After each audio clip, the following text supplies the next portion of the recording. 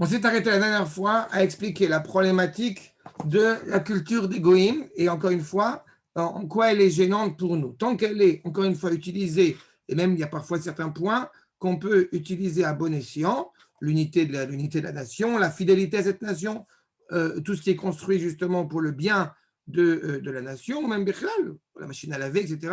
Toutes ces choses-là peuvent être profondément judicieuses à avoir. Mais tant qu'on les comprend comme étant au bout du compte, une technique et pas autre chose que ça, qu'on va intégrer au sein de Am Israël. Le problème, c'est que tout le début de la Pisca que nous avons lu sur le fait que les Grecs, n'est-ce pas, sont rentrés dans le Echal, sont rentrés au bout du compte dans ce qu'il y a de plus intérieur dans le Beth Amikdash, et Timu Kol Ashmanim Keri, toutes les sagesses au bout du compte qui étaient dans le Echal, elles les ont justement rendues impures. Et comme vous savez, ce n'est pas seulement les huiles qu'elles ont rendues impures, ou ce n'est pas seulement une question de technique qu'elles ont rendues impures. On va nous dire justement le Rav, Aval, Kacher Ruach Yavan, Paratz, Leikanes Betor Omek Dushatan Shel Israël. À partir du moment où la Grèce, sa culture, s'est intégrée en Israël, elle n'a pas fait que souiller la culture d'Israël, la nation d'Israël. Elle a souillé aussi le rapport que nous avions à l'égard de l'Akdoucha. Désormais, l'Akdoucha va devenir relative. Elle va devenir, au bout du compte, elle va dépasser les bornes. Quand on dit que Partsou est à Gader, ce n'est pas stam une expression, comme on dit dans Maotsour, que Yevanim Partsou alay, Nigbetsu alay et Partsou.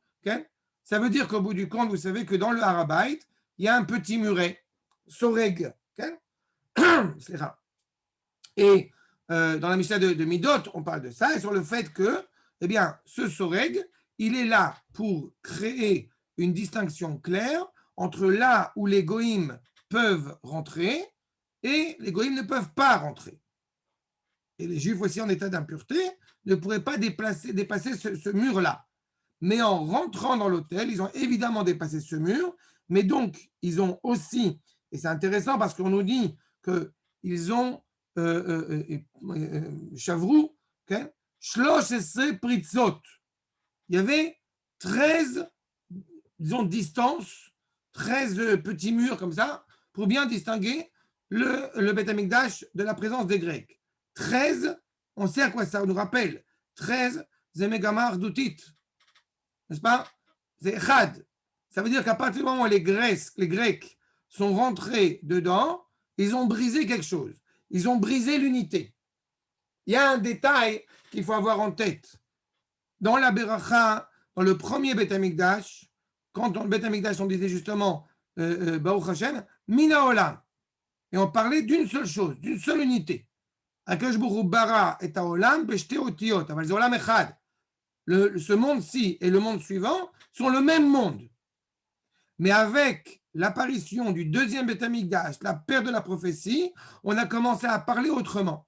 On a commencé à dire Mina Olam, Vada Olam, comme s'il y avait deux réalités.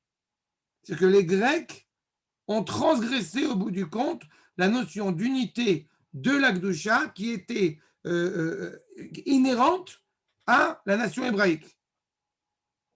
C'est exactement ça. C'est-à-dire, si je reprends, Kasher Ruach Yavan, Paratz Leikanes Betor Omek Gdushatan Shel Israël, לעשות צביון חדש על הרוח הישראלי ותשוקות חדשות בפנימיות החיים הישראלים על פי העמידה היוונית, tout est mesuré selon la conception grecque. Toutes les valeurs, quand on va réfléchir au bout du compte, comment c'est l'expression moderne, on ne va pas être comme eux. Ne va pas être comme eux, ça veut dire qu'on peut trouver au bout du compte un point de clivage et de comparaison entre un juif et un non-juif. Alors que ce n'est pas du tout à l'ordre du jour. Qu'est-ce qui est Kodesh? Mais pour aussi c'est Kodesh. Ce qui n'est pas vrai en plus. Kevan shenichnas laechal, timu kol hashmanim shebaechal. לא פסלו רק את עצמן של אותן הדעות והתכונות שנפגמו על ידי המגע עם התרבות היוונית ההוללת. Le fait que tout ce qui était automatiquement si je puis dire, en dehors du Beth Midrash, soit souillé, ça, c'est pas shoot. C'est barouk qu'ils ont rentré une dimension culturelle. J'avais rappelé la dernière fois la problématique du fast-food. En tant que tel, il n'y a rien de scandaleux et de dramatique de donner à manger aux gens du pain, le truc, l'hamburger. On mange vite, on sort vite. Mais la problématique, c'est la problématique culturelle qui est derrière. Quand on mange vite, il n'y a pas de temps pour dire un devoir Torah à table. Déjà, le repas prend soudain une autre dimension. On n'est plus dans quelque chose justement qui veut parler de cordialité, qui veut parler de rapport entre les gens. Mais au bout du compte, le repas est devenu un acte technique, et uniquement technique. Donc, au-delà de ça, ça va avoir justement une implication dans les discours qui sont tenus. כי אם הדבר פועל על כל המערכה של הדעות והמידות והמעשים והתורות. J'évoquais à l'instant, il y a quelques minutes, j'évoquais les élections. Vous savez pertinemment que quand on est dans cette situation de parler de faut-il séparer ou non la religion et l'État, mais dès qu'on parle dans ce discours-là, on n'est déjà plus dans la Torah. Parce que même si on disait au bout du compte, non, il ne faut pas les séparer, ou oui, il faut les séparer, on indique la possibilité que la Torah et Eretz Israël ne soient pas, au bout du compte, reliés autour d'un même élément, autour d'une même valeur. L'iten bahem tam livgam, leoridam migdushatam, velimona peulatam atova vakedosha al amashem. Ce que les Grecs vont de toute façon nous reprocher, c'est la notion d'exclusivité, la notion d'absolu. N'est-ce pas? Peut-être il faut que je descende un peu plus. Non. D'accord? Il n'y a plus justement une spécificité d'expression de sainteté dans le Ham Israël, mais au bout du compte, on veut l'adopter chacun avec son comportement, chacun avec sa sauce. Et tout cela automatiquement, puisque c'est Yefet qui n'est pas seulement rentré dans la tente de chêne, mais qui a pris possession de la tente de chêne, tout cela évidemment va s'avérer comme un drame terrible. Et donc c'est une préparation, va nous dire le Rav Kook, déjà dès maintenant, c'est une préparation à l'exil de 2000 ans. Mais on va y revenir. Ulemani elanu amudze isod leorotenu et aderer begalutenu upizurenu ben ha'amim beze ofen nityaches elehem lechochmatam umanigehem. Ce qui est en train de se passer, au moment où on va pouvoir retrouver une certaine forme d'indépendance pendant 200 ans, il n'empêche que tout cela est une préparation à la galoute. Comment est-ce qu'on va devoir affronter au bout du compte, eh bien, la culture grecque, mais pas seulement, toute la culture extérieure, et comment on va devoir l'appréhender. Là, il y a une vraie rencontre. Quand on était en Égypte, c'était la mère de toutes les royautés, on n'avait pas encore justement cette charte nationale qui nous anime. Là, on l'a. Mais on va partir en exil et automatiquement, on va devoir affronter ces us, ces coutumes, ces cultures. Et comment on va arriver justement à se protéger malgré tout? להישמר שלא ייכנסו אותם הדברים הנקלטים מאוויר ארץ העמים בפנים חיינו המקודש בקדושת שם השם יתברך הנקרא עלינו. Quelqu'un m'a demandé, il n'y a pas longtemps, est-ce que s'il y a un goy à la table de Shabbat, est-ce qu'on doit lui demander de mettre une kippa ou non? C'est-à-dire, tu sais que Raphaël, j'aime bien ce genre de questions. C'est-à-dire, c'est du pain béni pour vous, ça. Donc j'ai dit effectivement, mais qui a dit que les khatrila, on pouvait avoir un goy à la table de Shabbat? Avant même de parler bichal de kippa ou pas kippa. J'ai dit, si tu n'as pas le choix, mais ce n'est pas interdit. Mais je ne vois pas d'obligation. J'ai eu vous allez me dire l'indélicatesse, mais bon, je m'en fous un peu quoi. Mais quand je me suis marié, j'avais de la famille que je n'avais pas vue depuis déjà quelques années, puisque voilà. Et il y avait des cousins à moi qui venaient, dont le Alechem, la femme est juive et le mari n'est pas juif. Et bon, cette cousine, elle voulait faire Netilat Yadayim. J'ai dit, bon, c'est là, Bakasha, Besimcha. Et il y a ses enfants aussi, ils veulent faire Netilat Yadayim, Bakasha. Il y a le mari qui va faire les tirés de Naïm. Je dis non, c'est pas la peine. C'est là. Alors, j'ai compris que ça a fait un froid. Mais ce n'était pas méchant de ma part. Je ne suis pas prosélyte. Je n'ai aucune envie de. D'accord. Ça veut dire que vous avez eu un goy à votre table? C'est. Tu sais, bon, Hachem, ça fait 25 ans que je suis en Israël. Je suis tellement fier de ne plus être confronté à ce genre de problème. C'est là. Mais c'est une réalité, malheureusement, que je ne vous souhaite pas. Mais on est parfois confronté à un tonton, à une tata Christiane. Quand on est en France, c'est très compliqué. C'est là. En tous les cas, d'ailleurs, ce n'est pas Christiane, je crois que c'est Bernadette. Donc, en tous les cas, c'est une vraie problématique. Vous savez, ce n'est pas un hasard si à travers les siècles, nos Chachamim ont beaucoup abondé en ce sens.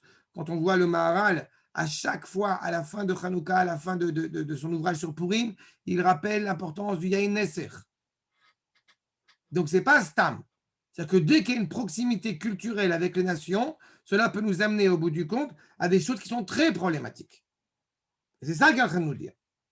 Quand on va au bout du compte, malheureusement, se retrouver parmi les nations, il va falloir faire très attention pour préserver malgré tout cette évocation de sainteté. Pour pas justement qu'elle soit embrigadée, qu'elle soit intoxiquée par une culture étrangère.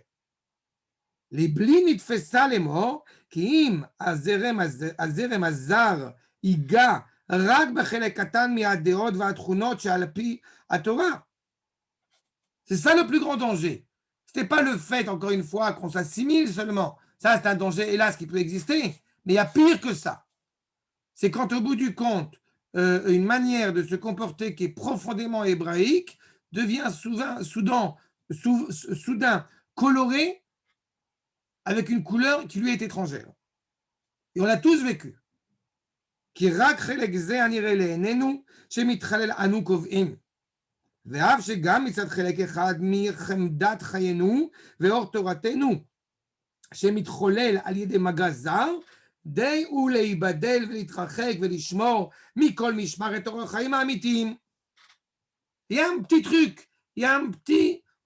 je fais tout comme il faut, mais il y a un petit truc que j'ai pris d'eux.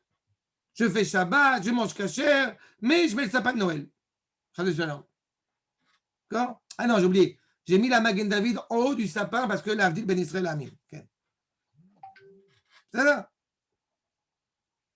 c'est le petit truc-là, qui est en plus terrible, mais ça peut nous faire perdre au bout du compte l'essentiel.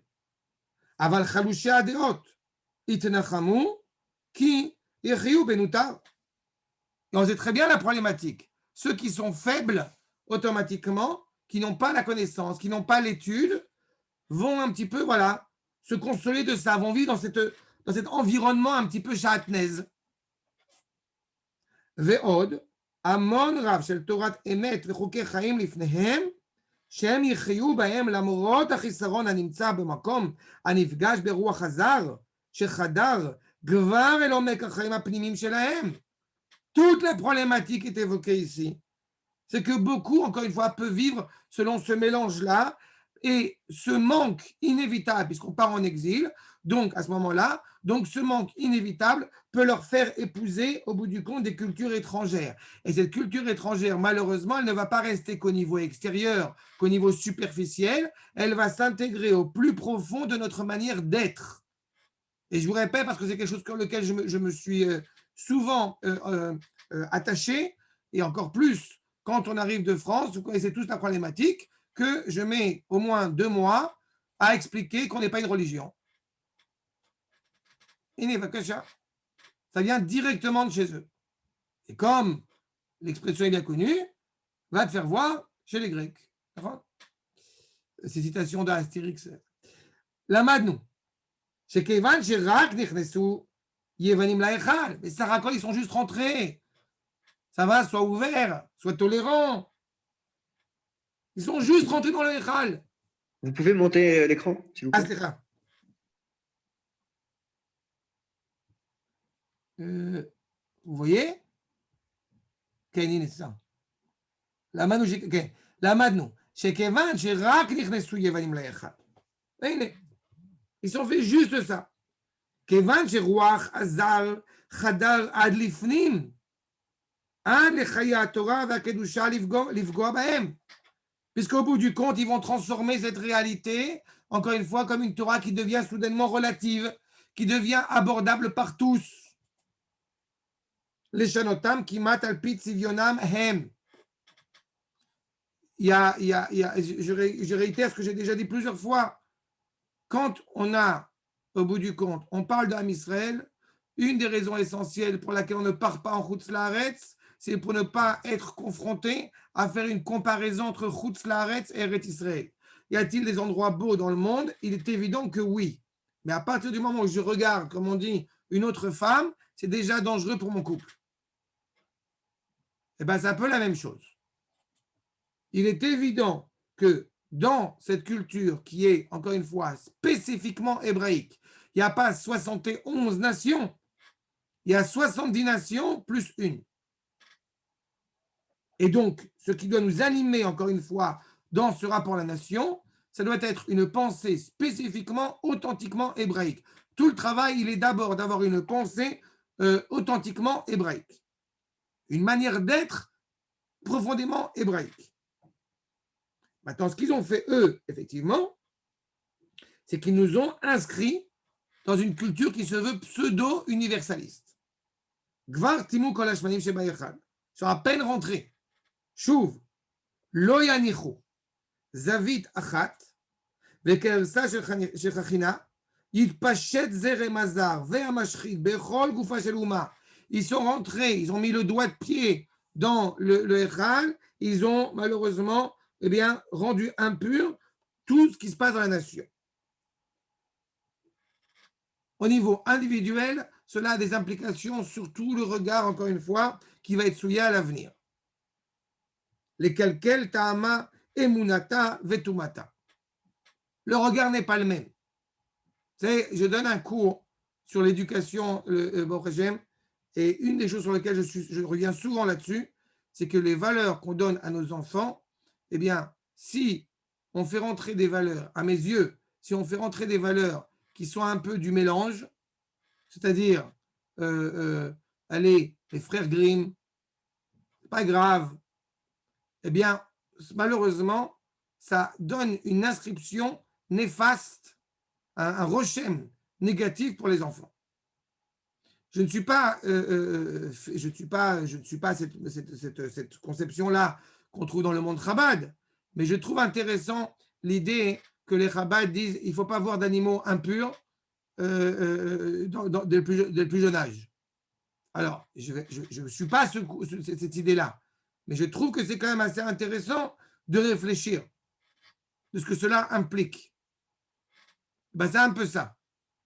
Un enfant, pas physiologiquement parlant, mais un enfant psychologiquement parlant, s'il commence à ingérer des cultures qui lui sont étrangères, cela peut au bout du compte l'amener à avoir des déviances qui sont absolument terribles. Donc c'est un vrai travail pour savoir quoi inscrire dans la vie de la nation et quoi, au contraire, laisser dehors. Les kol shemen, mishrat kodesh, mishmana shel Torah. D'abord, c'est le Yisod. הכוח המקדש והמאיר marchechenu bechol המצבים. Ça, vous le savez.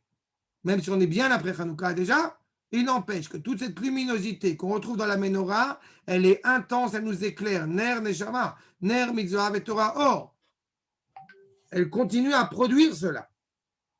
Et eux, évidemment, vont rendre caduc, vont humaniser ce lien indéfectible.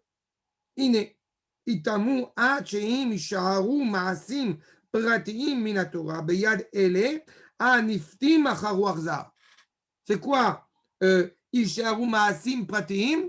C'est quand j'ai le sentiment au bout du compte que mon acte, la mitzvah que je fais, elle est d'abord et avant tout individuelle. Alors, ce n'est pas vrai. Quand on va manger un bout de pain et qu'on dit, ou quand on va faire les tiyatedaïm, on ne dit pas Asher Kideshi, Kideshanu, mais mitzvotav, tzivanu. On est déjà dans le klal. Quelqu'un m'a demandé, mais où est-ce qu'il y a des mitzvot individuels dans la Torah? Bah, la vérité, c'est très compliqué.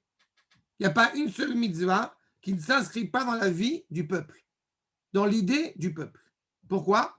Parce que la Shekhinah, elle est shochenet sur le peuple, elle réside sur le peuple. Ce que les Grecs vont faire justement, c'est essayer de nous couper de cela. Donc même ceux qui, au bout du compte, vont faire, excusez-moi de l'expression, leur petit Shabbat, leur petite cacheroute, leur petit, eh bien, ils finissent par être petits. C'est ça. Manitou disait, la cacheroute cache la route. C'est exactement la problématique. Quand on commence à transformer au bout du compte la Torah en un acte individuel, ce qui m'intéresse, c'est moi. Je ne suis pas méprisant sur le moi. Je dis simplement que ce moi s'inscrit, encore une fois, dans la cohésion collective, dans la cohésion collégiale d'un Israël. On rentre dans ces versements, il faut toujours l'avoir en tête. Le Korban Pessah, c'est d'abord et avant tout un Korban Tzibour qu'on fait individuellement. Mais il a tous les éléments du Korban Tzibour. À travers ce que je vais manger, c'est tout le Ham Israël au bout du compte qui sort d'Égypte. Ça, les Grecs, pour eux, c'est insupportable. Les Grecs, au bout du compte, vont distinguer chaque individu de l'autre et en fonction de son statut économique, social, etc., etc. On a plus ce rapport. Éventuellement, on a un rapport ensemble, associé, associatif, mais jamais de klal. Je me casse les dents pour essayer de traduire ce terme-là et je n'ai pas de trouvé de terme qui soit le plus comment dirais-je, rassasiant, je ne sais pas comment on dirait, mais pour essayer d'expliquer le klal en français. Quand on dit collectif, on est dans un ensemble d'individus. Alors que le klal, c'est une neshama. Une seule et unique neshama. Donc même quand on va, nous dit le Rav, continuer à faire ces petites mitzvot, mais un petit peu tenté par ce souffle étranger, Yuke mitzvot, anashim elumada. Pourquoi tu fais? Parce que mon père il a fait, alors je continue à faire. Quand le Rav Yehuda disait, quand on commence à transformer la Torah en musée, en folklore, c'est la fin du judaïsme. Parce qu'on a au bout du compte transformé ce rapport au judaïsme comme un rapport historique. Alors que ce qu'il faut essayer de conserver intègrement, okay, c'est ne pas justement un lien sommaire à l'égard de la Torah et de ses mitzvot, mais un lien vivant. Justement, pas comme Hashem Elumada. ועל פי רוב, הדברים התפלים ישאירו, ולא יהיה בכוח השמן הנטמע להאיר אור קודש. C'est qu'au bout du compte, puisqu'on va garder, il est tout à fait envisageable que ces mêmes personnes, que ce même type de gens, eh bien, va continuer, va poursuivre à honorer la Torah pendant encore quelques générations, mais comme un système technique. Ce que malheureusement, on voit énormément dans la culture chrétienne. Ma vie d'un côté, la Torah de l'autre côté. C'est sec, c'est dénué de cette vitalité, encore une fois, de ce souffle qui nous amène, encore une fois, à être intimement liés avec Akadosh Baruch Hu. Donc, quand les Hashmonaïm, ils vont vaincre justement les Grecs, ils sont en train, au bout du compte, de vaincre non seulement la Grèce, mais surtout, pour le bien d'Am Israël, de vouloir conserver ce lien intact, cette vitalité en dépit des déboires, en dépit des épreuves. D'accord? Abota, est-ce que c'est clair? Yofi. Alors, est-ce qu'on commence la suite? Peut-être c'est mieux qu'on commence la suite la prochaine fois parce que c'est long. Je passe là, me commencer encore une pisca, encore une fois, à moitié. C'est là? Quand vous voulez. Ça va? D'accord? Voyons, fi. Comme ça, je vais pouvoir écouter le cours du Rav. Shavua Tov! שבוע טוב. תודה רבה. שבוע טוב. שבוע טוב. שבוע טוב. תודה רבה.